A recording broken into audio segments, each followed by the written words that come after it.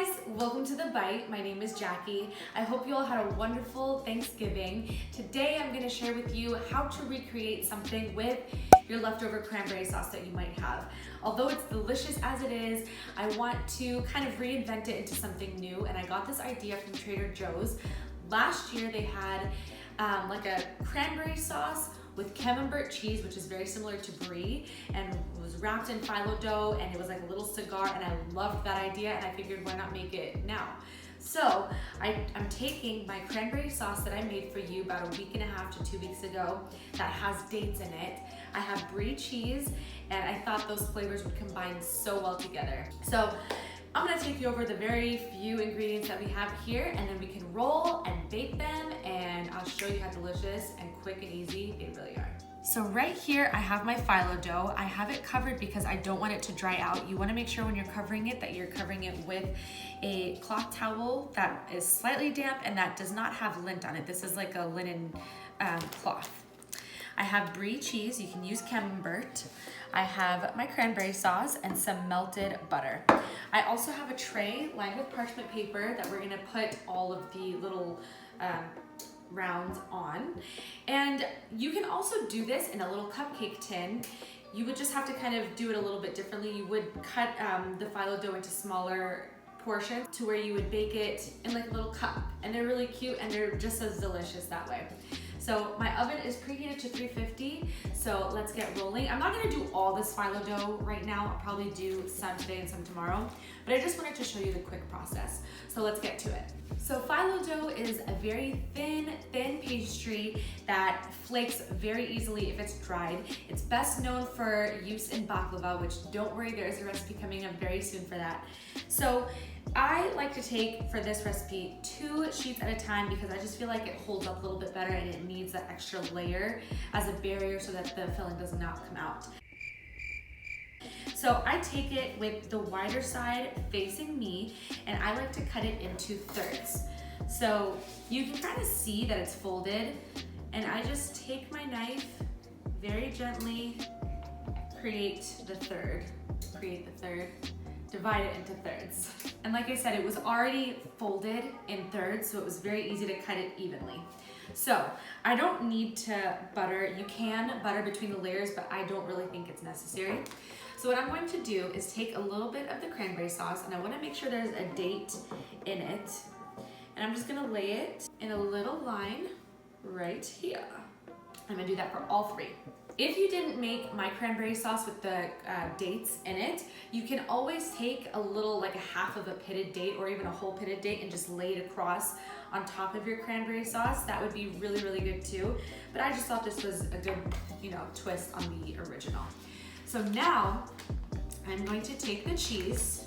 So this is Brie cheese, and I'm just gonna cut it just like this. So I had a long piece that I cut in half this way, and it's a soft cheese, so it works well, or it cuts the best when it's really cold. So take it out of the fridge right when you're about to make these. I'm just gonna lay it right here next to the cranberry sauce. And I'll do one more. Alrighty, so now we're ready to roll them up.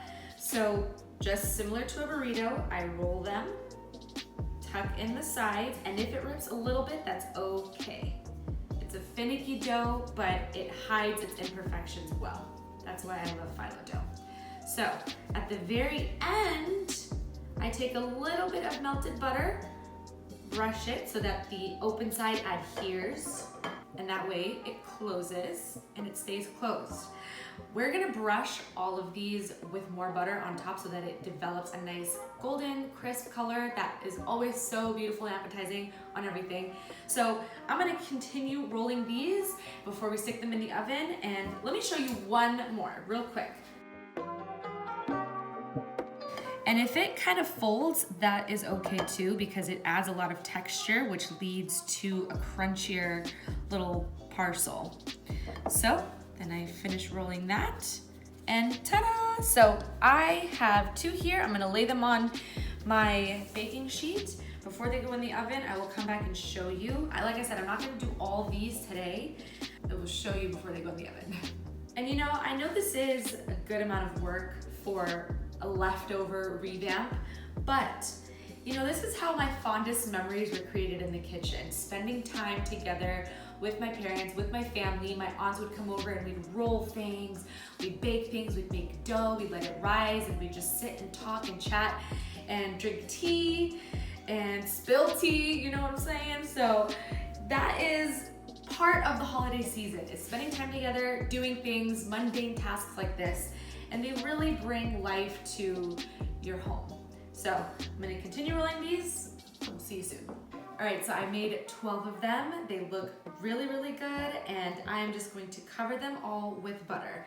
Like I said, this just helps them develop that crispy exterior with that golden brown color that we all know and love. Phyllo dough loves butter. It needs butter, it drinks butter, you just need it. If you're doing anything with phyllo dough, you need the butter, that's it.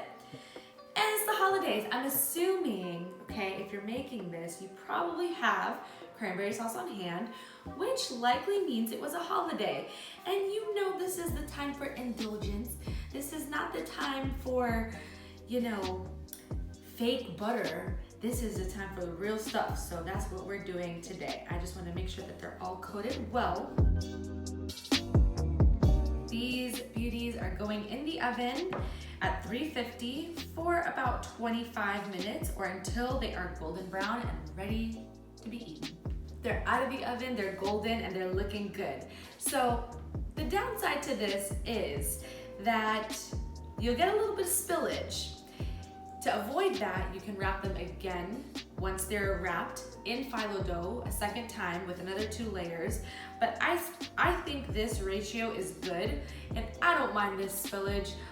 Look, I take my fork and I just boop.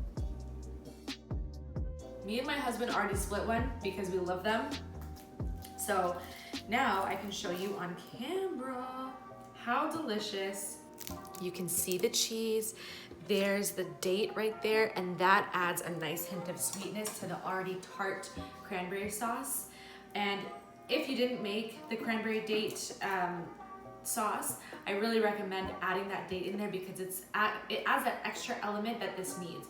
The soft cheese is on the saltier side, the cranberries are on the tart side, and the date would just round it all out. So that's why I love these. So I'm going in for a bite. Crunchy, sweet, salty, tangy. It hits all the elements that you want. And this is my favorite way to reuse cranberry sauce.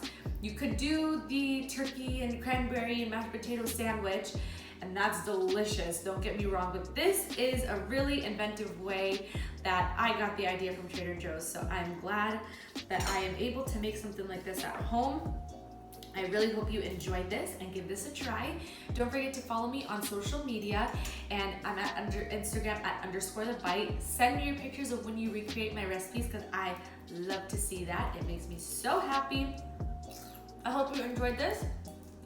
I'll be over here eating my crunchy rolls, and we'll see you next time on The Bite.